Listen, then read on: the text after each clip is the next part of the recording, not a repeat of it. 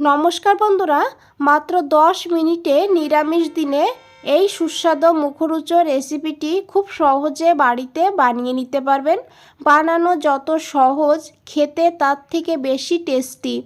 খুব সহজে আর ঘরে থাকা উপকরণ দিয়েই এই মুখরোচক রেসিপিটি বানিয়ে নিতে পারবেন। চলুন ঝটপট করে দেখে নেওয়া যাক কী করে বানিয়েছি। আর ভিডিওটা না টেনে পুরোটা দেখবেন, তাহলে খুব ভালোভাবে বুঝতে পারবেন আর খুব সহজে বানিয়েও নিতে পারবেন। তো এই রেসিপিটা বানানোর জন্য এখানে লাগছে প্রথমে আলু। এখানে আমি 2টো আলু সিদ্ধ করে নিয়ে নিয়েছি। আলুটা দেখে বুঝতেই পারছেন গরম, আর এই গরম অবস্থায় আলুটাকে যদি মাখা হয় তাহলে আলুটা খুব সহজে মাখা হয়ে যায়, একদম স্মুথ হয়ে। এইভাবে দেখুন আলুটাকে মেখে নিতে হবে। আপনারা চাইলে ঠান্ডা করে গ্রেটার দিয়ে গ্রেটও করে নিতে পারেন। দেখুন বন্ধুরা, এইভাবে আলুটাকে মেখে নিতে হবে। আর আলুটাকে মেখে নেওয়ার পর এখানে দিতে হবে 1/2 চামচ লবণ, মানে পরিমাণ মতন লবণটা দিতে হবে। আর দিতে হবে লঙ্কার গুঁড়ো পরিমাণ মতন, আপনারা যতটা লঙ্কা পছন্দ করবেন সেই হিসাবে দিয়ে দেবেন। আর তারপরে এখানে দিতে হবে হিং। যেহেতু নিরামিষ করছি একটু হিং দিয়ে দেবেন, তাহলে হিঙের ফ্লেভারটা খুব ভালো হবে। আর তারপর দিতে হবে ভাজা জিরের গুঁড়ো। আর দিতে হবে এখানে 1/4 চামচ গরম মশলার গুঁড়ো। ভাজা জিরের গুঁড়ো এখানে 1/2 চামচ দিয়েছি। আর দিয়েছি এখানে হলুদ গুঁড়ো 1/4 চামচ। এখানে খুব বেশি মশলার প্রয়োজন হয় না, এমনিতেই খেতে দুর্দান্ত হয়। আর দিয়ে দিয়েছি এখানে 2 চামচ ক্যাপসিকাম কুচি। যেহেতু পেঁয়াজের ব্যবহার করছি না, তাই ক্যাপসিকামটা দিলে তাহলে খেতে বেশ ভালো হবে। আর আপনারা চাইলে এখানে পেঁয়াজ রসুনও কুচিয়ে দিয়ে দিতে পারেন। আর দিয়ে দিয়েছি একটু ধনেপাতা কুচি, কাঁচা লঙ্কা কুচি। আর এখানে 1 চামচ আদা গ্রেট করে নিয়েছি। এখন এটাকে হাত দিয়ে খুব ভালো করে মেখে নিতে হবে। বন্ধুরা, রেসিপিটা যদি একটু ভালো লেগে থাকে একটা লাইক দিয়ে দেবেন। আর নতুন বন্ধুদের বলছি, চ্যানেলটা এখনও সাবস্ক্রাইব করে না রাখলে চ্যানেলটা সাবস্ক্রাইব করে পাশে থাকুন আর আমাকে এগিয়ে যেতে সাহায্য করুন। দেখুন বন্ধুরা, এইভাবে খুব ভালো করে মেখে নিতে হবে। আর মেখে নেওয়ার পর এটাকে এখন সাইডে রেখে দিতে হবে। আর এখানে কিছু পাউরুটি নিয়েছি। আজকের মুখরোচক রেসিপিটা পাউরুটি দিয়ে বানানো হবে। আর খুব সহজে আর খুব কম টাইমে এই রেসিপিটা বানিয়ে নিতে পারবেন, আশা করি দেখে বুঝতেই পারছেন। আর এই পাউরুটির উপরে এখন এই আলুর মিশ্রণটা খুব ভালো করে লাগিয়ে দিতে হবে। দেখুন বন্ধুরা, এইভাবে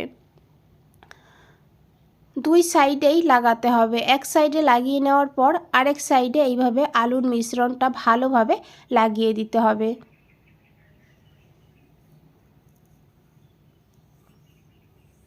বন্ধুরা, একবার হলেও এইভাবে বাড়িতে বানিয়ে দেখুন, দুর্দান্ত লাগে খেতে। আর কম টাইমে যখন মন চাইবে কিছু চটপটা খেতে, তখন কিন্তু এটা বানিয়ে নিতে পারবেন।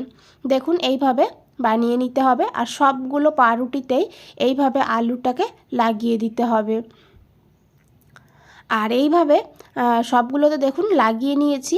আর লাগিয়ে নেওয়ার পর এখন কি করতে হবে, এইভাবে একটা চাকু দিয়ে কেটে নিতে হবে।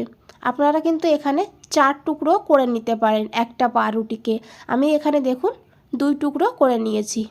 আর দেখে বুঝতেই পারছেন কতটা লোভনীয় লাগছে। এখনই এটা যখন রেডি হয়ে যাবে তখন কিন্তু আরও টেস্টি হবে।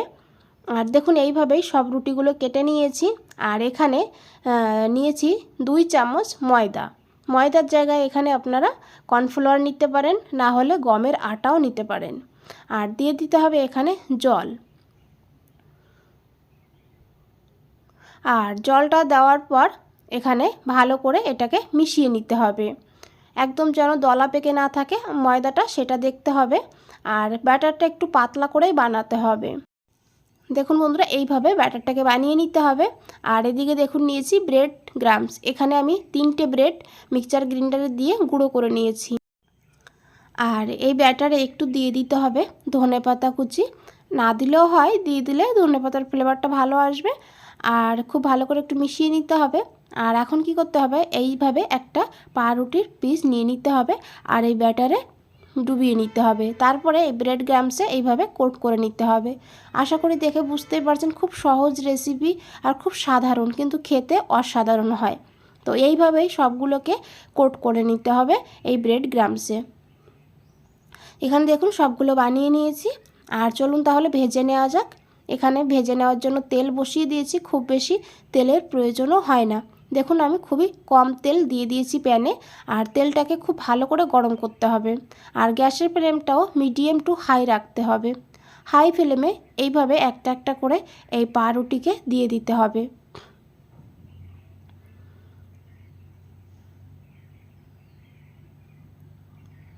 আর দেখুন বন্ধুরা, একবার যতটা আসবে সেইভাবেই দেবেন, খুব বেশি দেবেন না, তাহলে আবার উল্টাতে অসুবিধা হবে। এক সাইড ভাজা হলে তখন এটাকে উল্টে দিতে হবে। দেখুন এইভাবে। আর এইভাবে উল্টে পাল্টে এখন গোল্ডেন ব্রাউন হওয়া পর্যন্ত ভেজে নিতে হবে। বন্ধুরা আবারও বলছি, রেসিপিটা যদি একটু ভালো লেগে থাকে একটা লাইক দিয়ে দেবেন।